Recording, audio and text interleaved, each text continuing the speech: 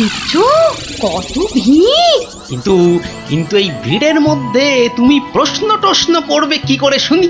এখন বাড়ি চলো দেখিনি, পরে না হয় আসা যাক। পরে টরে নয়, এসেছি যখন তখন অত সহজে ছাড়ছি না। বাপ রে বাপ, কথাটা তোমার কানে তোলাই দেখছি আমার অন্যায় হয়ে গেছে। কেন? কেন অন্যায় হবে কেন? বেশ একা একা এসে দেখে যেতুম। কথায় বলে না, পথে নারী বিবর্জিতা। হ্যাঁ, কে যে বলেছিল কথাটা কে জানে। তবে হ্যাঁ, কথাটা কিন্তু লাখ কথার এক কথা। তোমার বক বকানি থামাবে? ভিড়টা মনে হচ্ছে একটু কমেছে। দাও দেখি 11 টাকা দাও। এই মরেছে, 11 টাকা? এই দেখো, 11 টাকা দিয়ে কি হবে? হ্যাঁ, মলজা, প্রণামী দিতে হবে না? 11 টাকা প্রণামী? এই শোনো না, ওই 16 আনায় হবে না? আরে এ কি যেমন তেমন সন্ন্যাসী নাকি? 11 টাকা না দিলে চলে? শিগগির দাও, না হলে ভিটা আবার বেড়ে যাবে।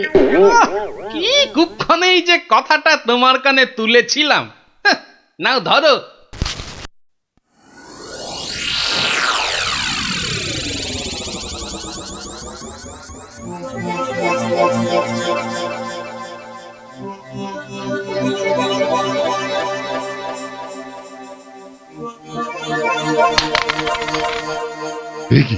এ কি মাতো অর্থ? হ্যাঁ, অর্থ। মারে, অর্থই যত অনর্থের মূল। আমি সাধু সন্ন্যাসী মানুষ। ভক্তের দেওয়া দুমুঠো চাল আর একটু ফলেই আমি খুশি। অর্থ আমার দরকার নেই। ওটা তুলে রাখ মা, তুলে রাখ। কিন্তু বাবা, আমি অন্য কিছু তো আনিনি আপনার সেবার জন্যে। মারে, সেবা কি শুধু অর্থের বিনিময় হয় রে? তুই আনিসনি তো কি হয়েছে? অন্যরা তো এনেছে। নেমা তুলে রাখ, ওটা তুলে রাখ।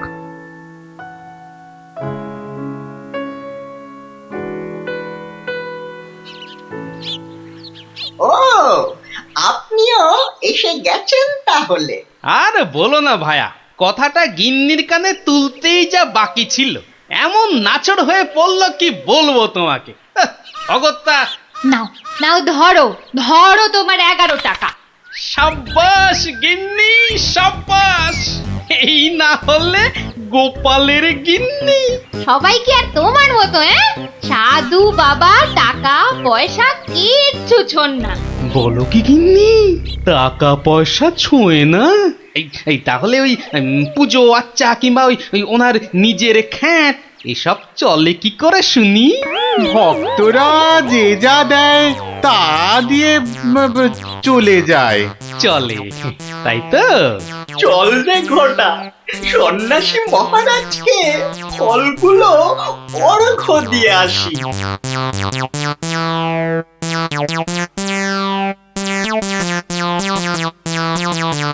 শুনলাম কৃষ্ণনগরে এক চামুন্ডা সিদ্ধ সন্ন্যাসী এসেছেন। আমিও শুনেছি, কিন্তু আমি একবার ওনাকে প্রণাম জানাতে চাই। প্রণাম জানাবে তুমি? তোমার কি সাচ্ছল্যের কোনো অভাব বোধ করছো নাকি? ছি মহারাজ, এ আপনি কি বলছেন? স্বয়ং আপনি যার পতি, তার কি স্বাচ্ছন্দ্যের কোনো অভাব হতে পারে? তাহলে কি অভিপ্রায়ে তুমি সেই সন্ন্যাসীর সাক্ষাৎ প্রার্থিনী? অত প্রশ্ন কিসের? যাবো বলেছি মানে যাবো, ব্যাস। ঠিক আছে। আমি ধন্য মহারাজ।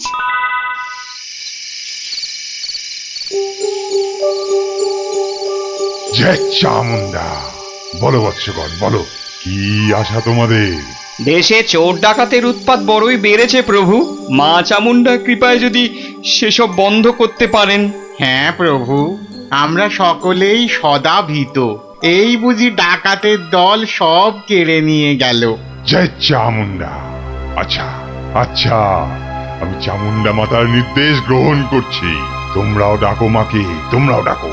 জয় চামুন্ডা, জয় চামুন্ডা। সামান্য সমস্যা, দেবীর কি বিধান সন্ন্যাসী বাবা?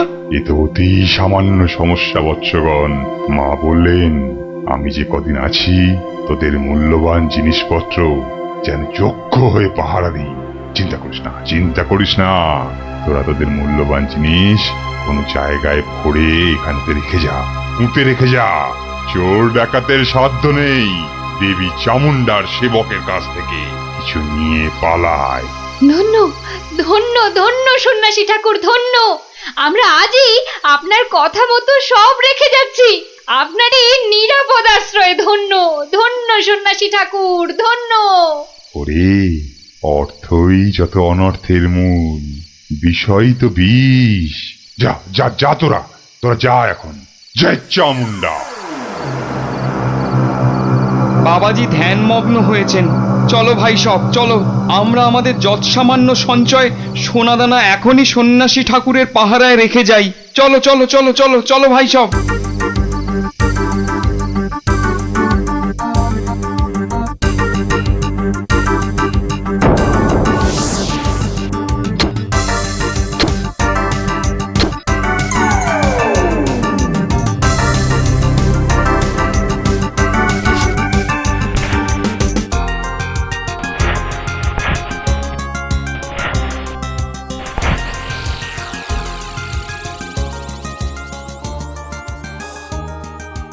জানো গোপাল দাদু, কৃষ্ণনগরে একজন তান্ত্রিক সন্ন্যাসী এসেছে।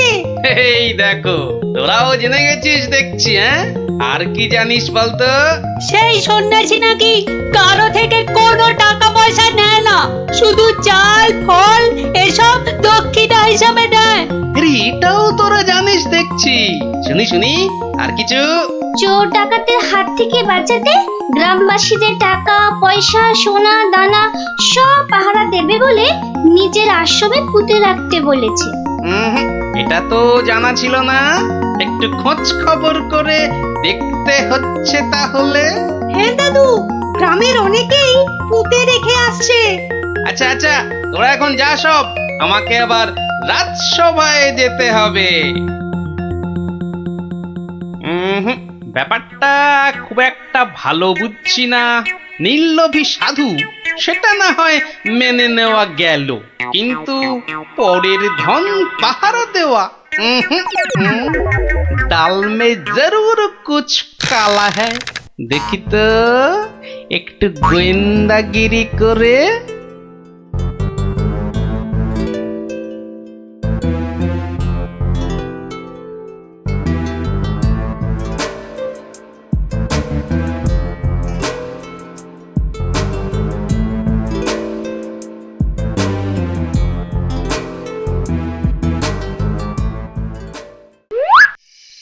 ব্যাপার কি, সন্ন্যাসী ঠাকুর গেল কোথায়?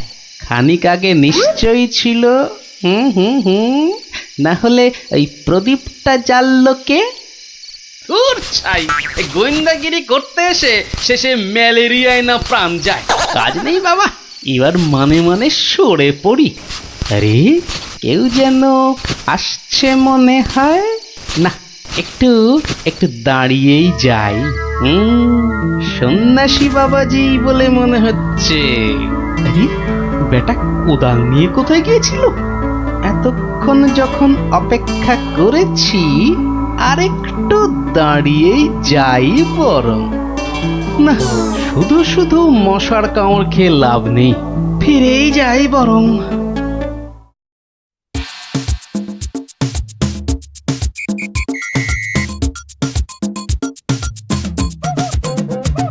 জয় জয় চামুন্ডা। বাবা, আমি বলছিলাম যে ওই কোদাল টোদাল একটা কিছু হবে।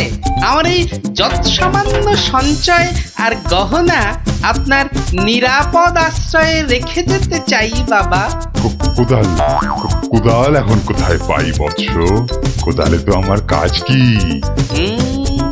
যা ভেবেছিলাম, বেটা নিশ্চয়ই কিছু লুকোতে চাইছে।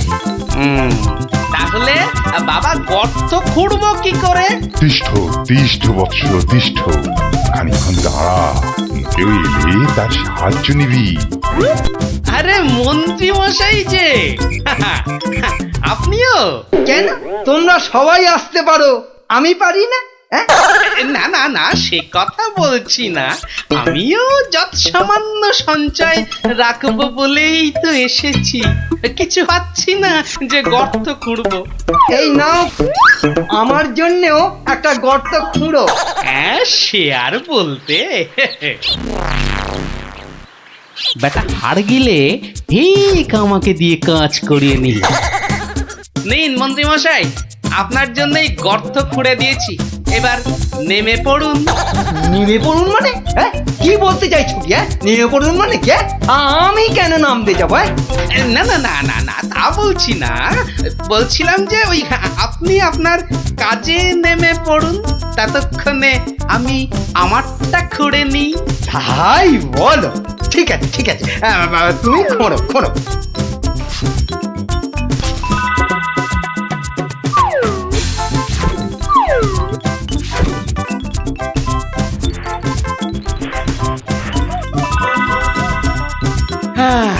কাজ শেষ মন্ত্রী মশাই, চলুন এবার ফেরা যাক। দাঁড়াও দাঁড়াও, প্রণামটা আগে সেরে নিতে দাও।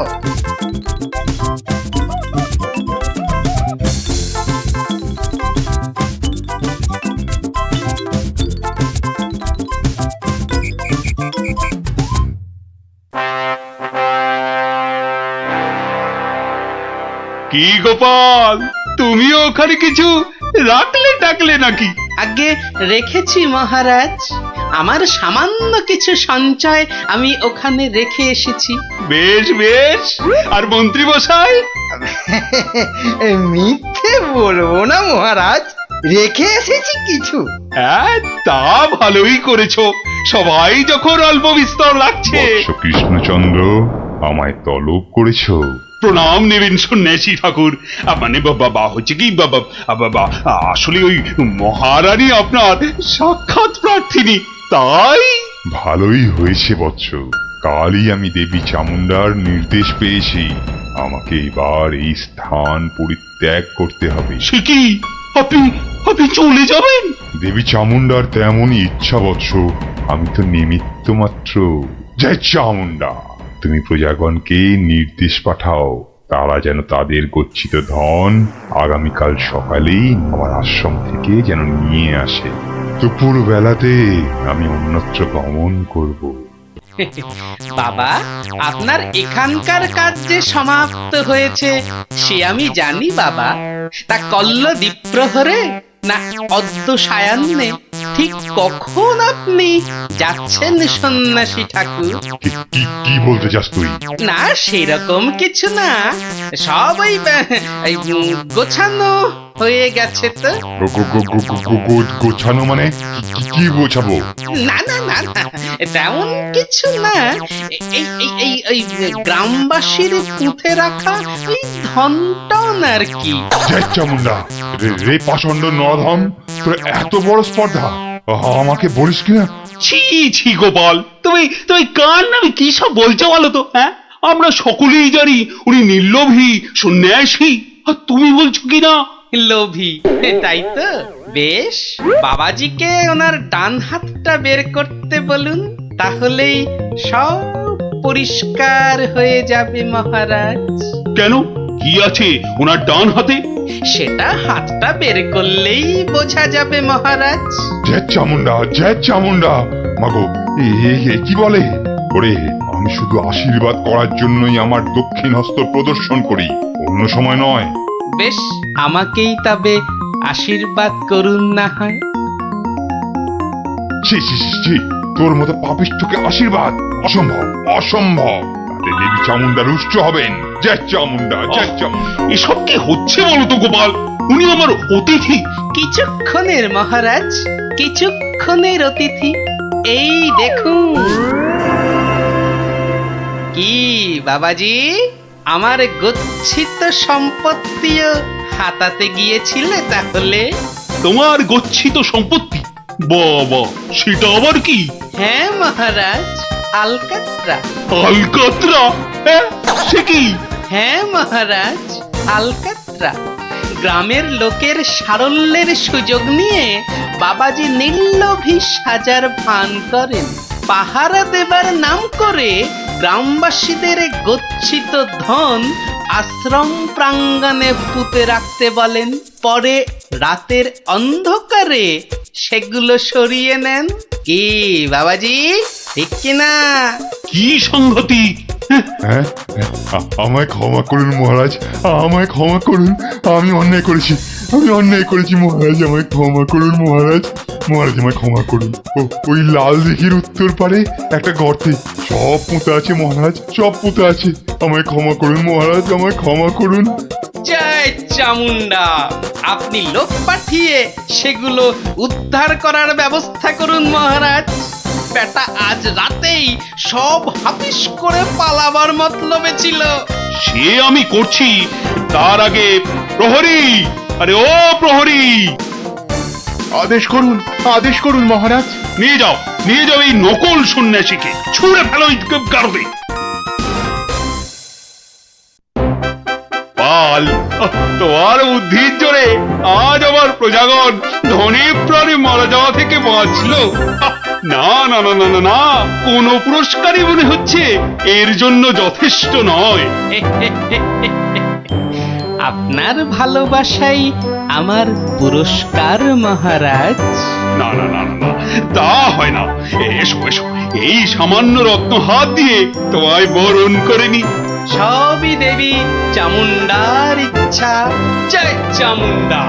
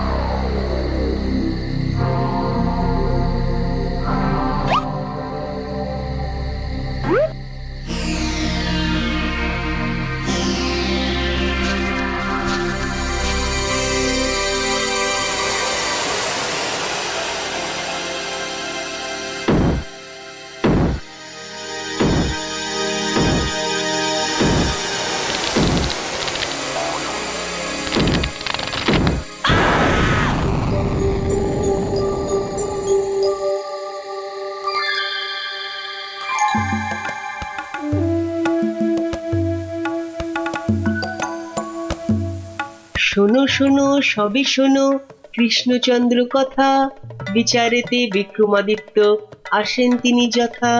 তাঁর সভা যেন ইন্দ্রের সভা, যে না বোঝে তাঁর গুণ সে একটি গবা। হয়েছে হয়েছে, এবার অন্তত সবার কাজটা শুরু হোক।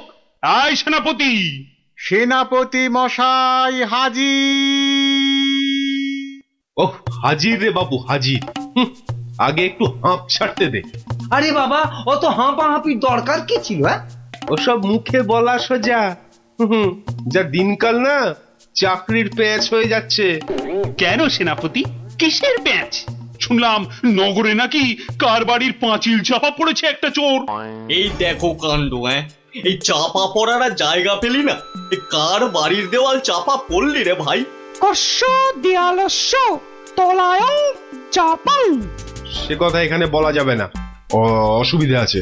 কিসের অসুবিধে মহারাজ? চান শুধু সাদা সত্যি কথা, মিথ্যে যেন নাহি থাকে একরত্তি তথা। বললে কিন্তু দোষ বেরোবে। বেরুক দোষ, তাতে কি? বেরুকং দোষ বেরুকং।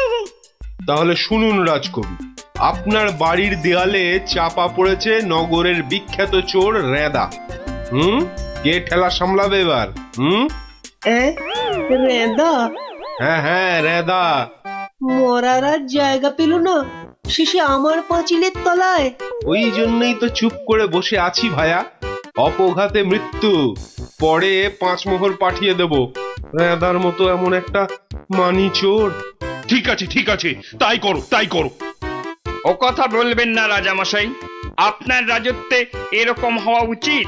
একটা নিরীহ সৎ চোর সৎভাবে বাঁচতে পারবে না, বলুন? তাই তো। হ্যাঁ ঠিক ঠিক, তা তো বটেই, তা তো বটেই। কবি মশাই, মহারাজ মহারাজ আমি কিচ্ছুটি জানি না।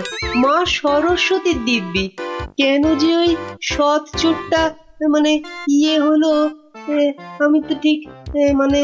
কত বড় শিল্পী, একবার একটা। থাক থাক, আজ সভা বন্ধ। আমাকে আমাকে বরং একটু ভাবতে দাও। হ্যাঁ,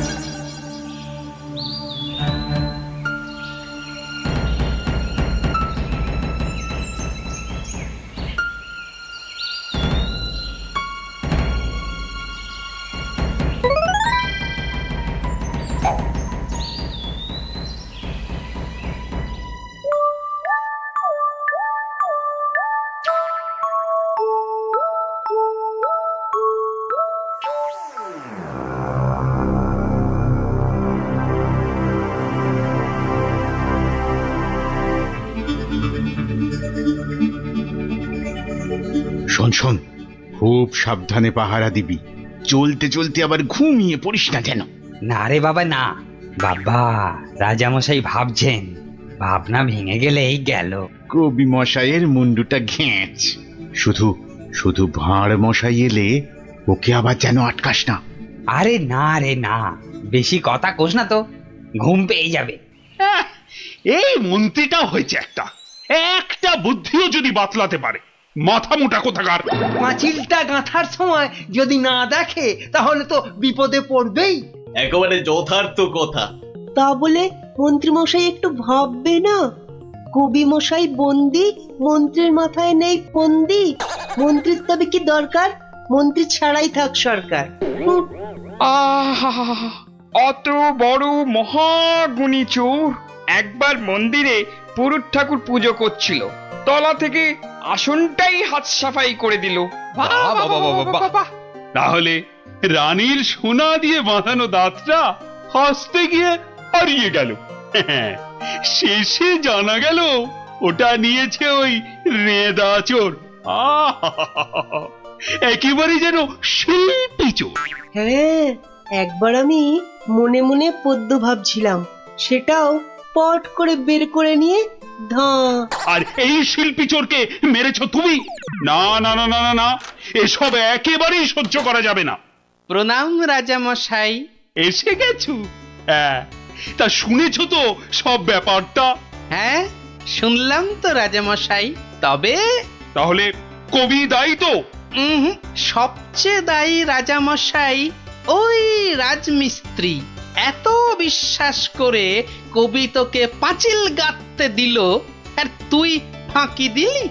কি রে? হ্যাঁ তাই তো বটে। আমি ঠিক এই রকমই ভাবছিলাম। তুমি ভাববে না ঘেঁচু?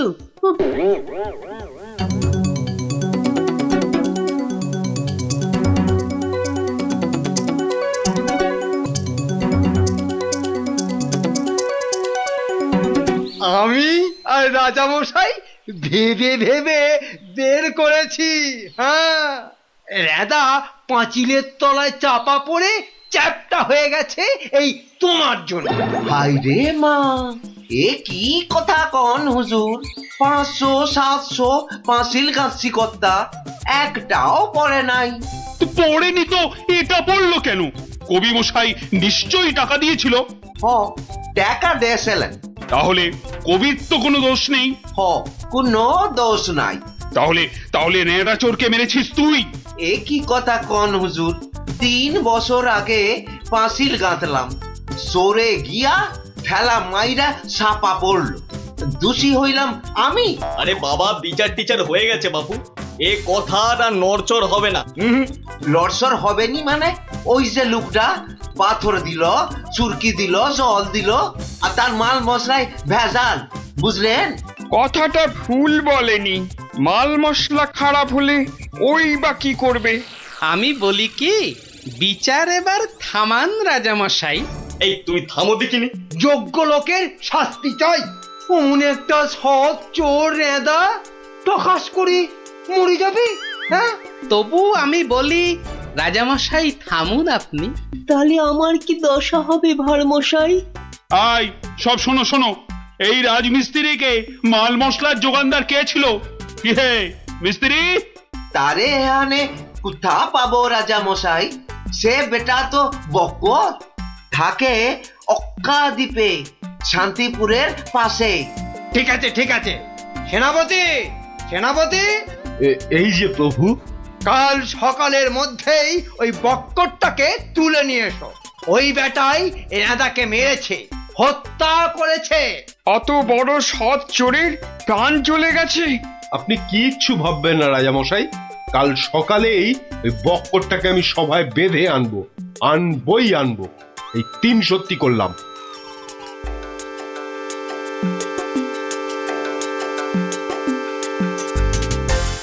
হ্যাঁ বক্কর, তোমার জন্যই তো নেদা। রেঁদা? আগে শোনো না মন দিয়ে। রেঁদাকে আমি চিনি না কর্তা। হ্যাঁ, তুই চিনবি কোত্থেকে? কোত্থেকে চিনবি? কোত্থেকে চিনবি? মহামানব একটা, মেরে ফেলেছিস। আমি মেরে ফেলেছি? হায় হায় হায় হায় হায়, আমি কোনোদিন একটা পিঁপড়ে পর্যন্ত মারিনি। জানেন জানেন, আমি রোজ ষাঁড়কে জিলিপি খাওয়াই। হ্যাঁ, আর বাড়ি তৈরির ভেজাল মাল মশলাও জোগাও তুমি।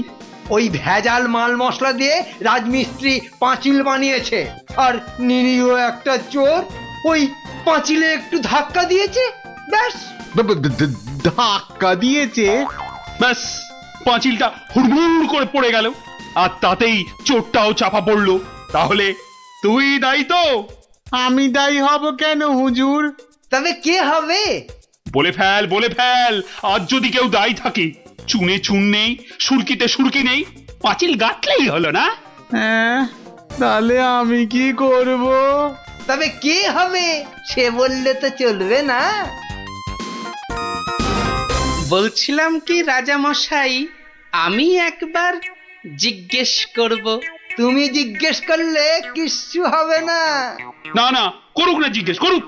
বেশ, তা হ্যারে বক্কর, এই তো অবস্থা দেশের, আর তো বাড়ির মাল মশলা জোগাতে পারবি না বাবা। কি করব মশাই? ওই তো সেনাপতি মশাই আছেন, ওনাকেই জিজ্ঞেস করুন না। ওনার তামুকের দাম দিয়ে তবেই তো জিনিসপত্র দিতে পারি। হ্যাঁ, না, আমি ওই তামাক খেয়ে মানে। চুপ! না না না না, চুপ করলে তো চলবে না মন্ত্রী মশাই। চুপ করে মেনে নিতে বলছি তো। সেনাপতিকে এরকম একটু নিতে হয়। হ্যাঁ, তা কত নেয় সেটা তো জানতে হবে। আমি একা একা নিই নাকি? মন্ত্রী মশাইকেও তো দিতে হয়। সে কি মন্ত্রী, তোমার জন্য রেদা চোরটা? মিছে কথা বলছে মহারাজ, মিছে কথা বলছে। ওই ওই ওই ওই সেনাপতিটাই, বুঝলেন কিনা? ওই সেনাপতিটাই। হ্যাঁ, সব বুঝেছি। কিছুই বোঝেননি? সবাই শুনুন, রাজাকে আবার ভাবতে হবে, একদম কোনো কথা নয়। যান, আপনি আর মন্ত্রী মশাই একটু ভাবুন। গোপাল ঠিকই বলেছে মহারাজ, আর একটু ভাবুন ভাবুন। ওহ, আবার কি ভাববো? আরে বাবা, এ তো সব জলের মতো পরিষ্কার হয়ে গেল। সেনাপতির কাছ থেকে তুমি টাকা নিয়েছো, সেনাপতি নিয়েছে মাল মশলাওয়ালার কাছ থেকে, আর সে বেটা ওই খারাপ মাল দিয়েছে মিস্ত্রিকে। ব্যাস, মিস্ত্রি তাতে পাঁচিল গেঁথেছে কবি মশাইয়ের। এই তো সেই পাঁচিলেই চাপা পড়েছে রেদা। তাহলে শাস্তি পাবে কে? তুমি। সবই তো ঠিক, কিন্তু বাবা, এর আবার কিন্তু কি? কিন্তু ওই কিন্তুটা নিয়েই তো বড় প্যাঁচ। পেঁচ মানে? যেটা মন্ত্রীমশাই বলতে পারছেন না।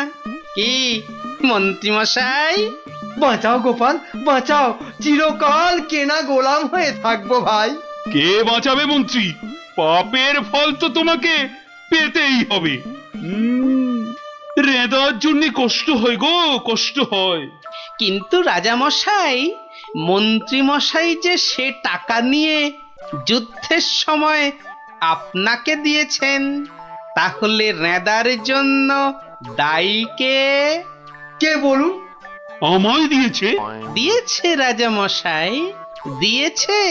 যুদ্ধের সময় মন্ত্রীমশাই টাকা এনে আপনাকে দিয়েছিলেন তো? হ্যাঁ, দিয়েছে।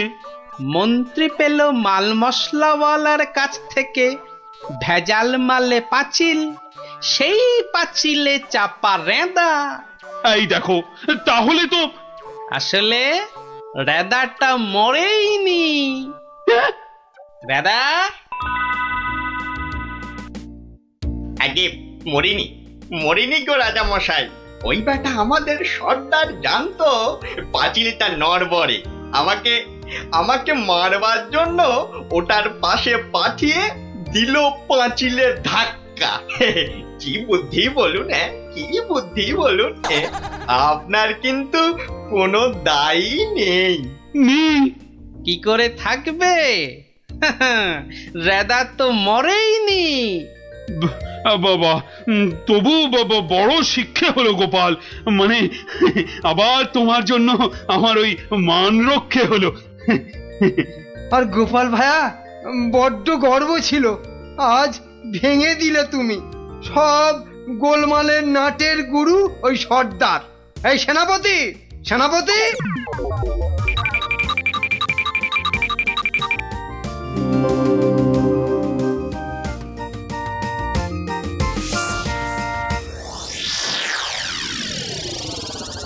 ধন্যবাদ গোপালচন্দ্র, ধন্য তোমার মাথা। তোমার মাথায় বঙ্গবাসী ধরবে সোনার ছাতা। বাংলাদেশে তোমার গল্প পড়বে ছেলে বুড়ো, জানবে সবাই তুমি দেশের বুদ্ধিমানের চূড়ো।